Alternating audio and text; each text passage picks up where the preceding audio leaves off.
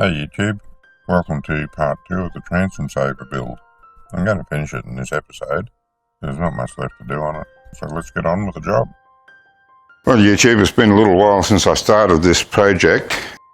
You know how life gets in the way, other jobs, work, family, anyway, back to it. And it's not been a bad thing because I've had a little rethink about it. I've cut this end off here because I've decided that the short end is going to go down near the boat, and I think that'll be a much better way to do it. I don't know why I didn't think of that in the first place. So I'm going to belt that in there, weld that on, and that'll go down into the boat end.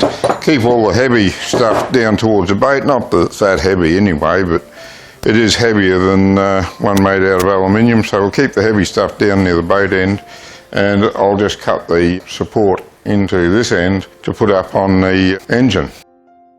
Well, that's it there. It's a tight fit, so I just gave it a couple of hits with a hammer just to knock it down in enough to hold it while I weld it, which is the next task.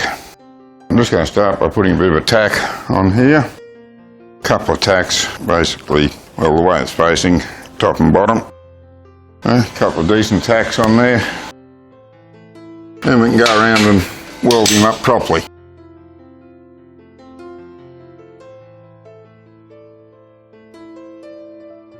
I don't know how I worked out here in overalls the last couple of summers. But I've got this piece of angle on here to go on the end. That's where the motor sits in. Normally you'd use something a lot smaller than that, but that's what I had. It was already cut. I didn't see the point in trying to shave a quarter of an inch, half an inch off of it, centimetre that is. I just used it as is. I've tacked it on there and I've had it all fitted up. I've taken it down to the boat, made sure it was all going to fit all right.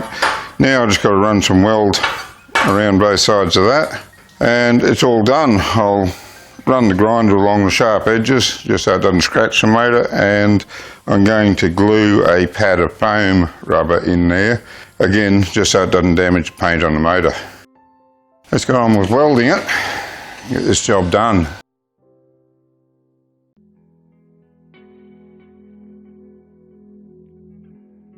Have a look at those welds, if they pass muster.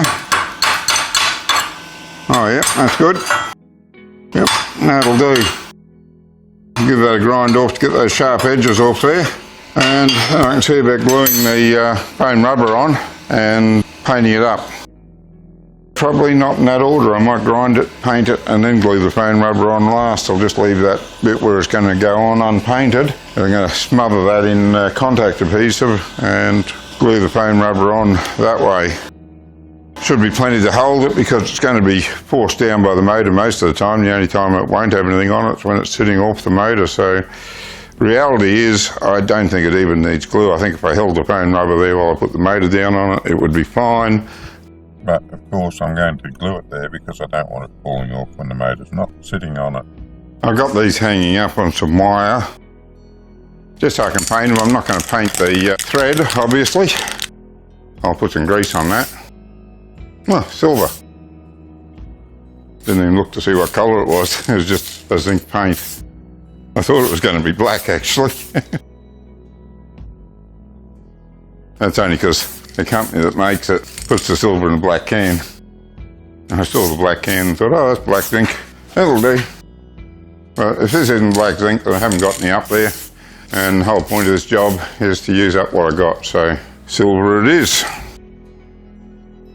Now for this one, I've left the tractor category 1 bottle screw on there. I've just got to paint this end up here.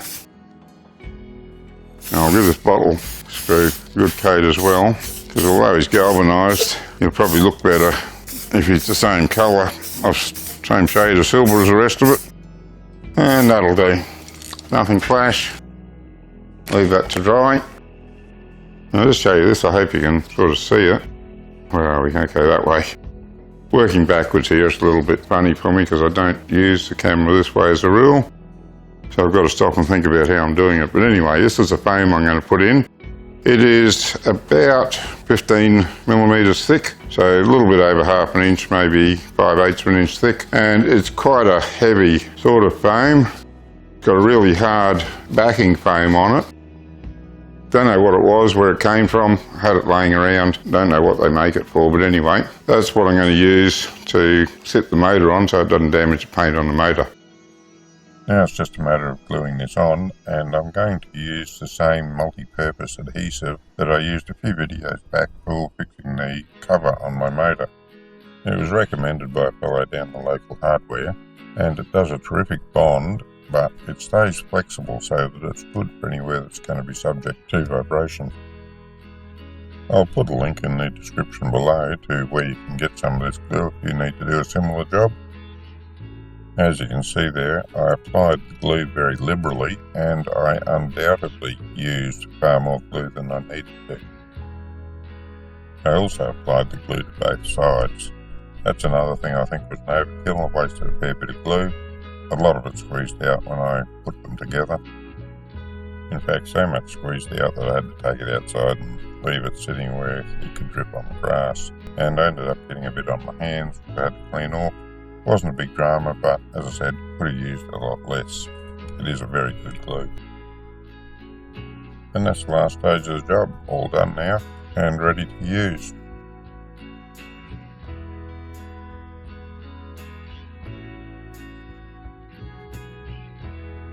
So thanks for taking the time to watch this video. I hope you enjoyed it. My videos are getting a bit more infrequent at the moment. Life's pretty busy. Work's busy, family and friends all take some time, and I've got another channel that I'm putting up some videos on fishing on, and everything sort of eats into it. I don't have a lot of time, doing what I can. Thank you for sticking with the channel. There will be more videos to come, but just not as frequently as they used to be. If you'd like to see more of my projects, go to my YouTube channel or browse to my website. Don't forget to click that like button and subscribe if you'd like to see more of my videos. Until next time.